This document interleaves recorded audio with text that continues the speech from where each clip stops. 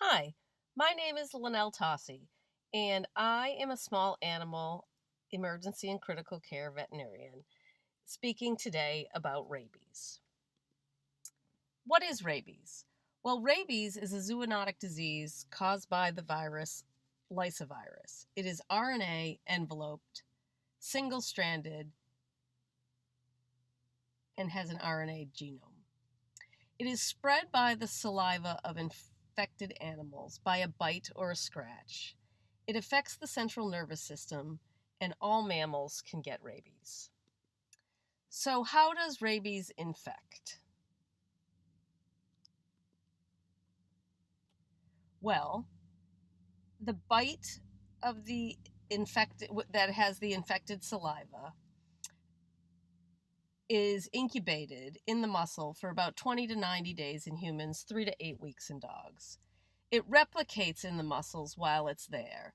So the virus will bind to the nicotinic portion of the acetylcholine receptors at the postsynaptic membranes of the neuromuscular junctions, and then it will go and travel retrograde up the axons and spread along the peripheral nerves to the central nervous system at approximately 250 millimeters per day.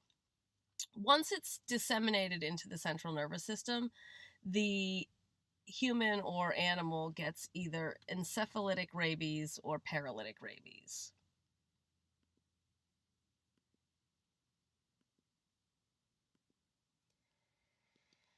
Unfortunately, there is no treatment for rabies once the virus enters the central nervous system. The real treatment is prevention. And so, that being said, all health professionals like veterinarians, agricultural workers, or those with high potential for exposure should always wear protective equipment. And then those same health professionals should receive pre exposure prophylaxis for those occupational risks. The other people that should get pre exposure prophylaxis are travelers to endemic areas for rabies. And then the only other prevention is for those that have potential exposure is post exposure prophylaxis, which involves being vaccinated and also receiving immunoglobulin.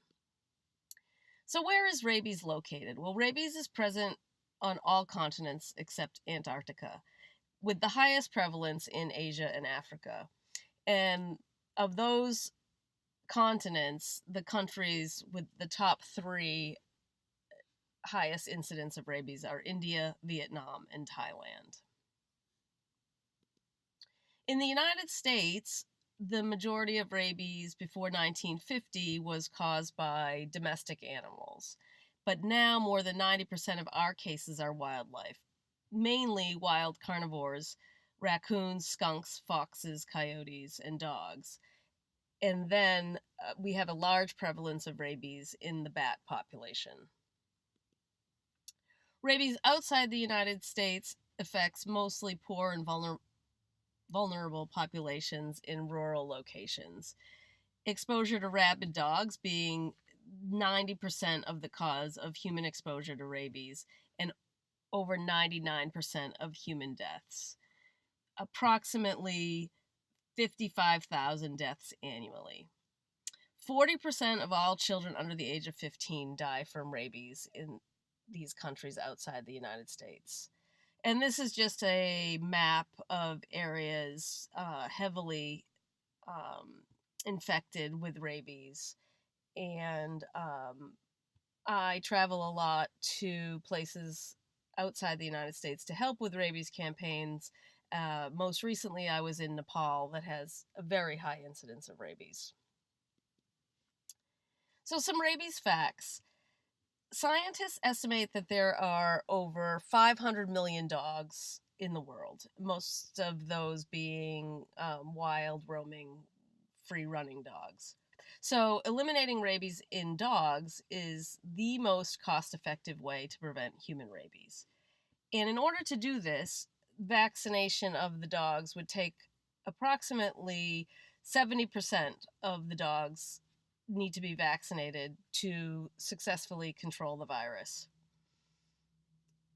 And there's a huge cost savings for this because vaccinating dogs for rabies is a lot less costly than the post exposure prophylaxis.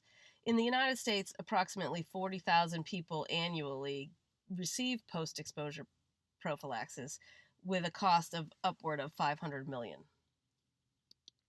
So, how can we combat and rid the world, if that's possible, of rabies? Well, there's one organization, that a charity that was founded in 2013 called Mission Rabies, and their goal is to eliminate rabies. They started in India and they're now present in 5 countries, and they have a huge vaccine campaign as well as a large component of education and community engagement with their projects.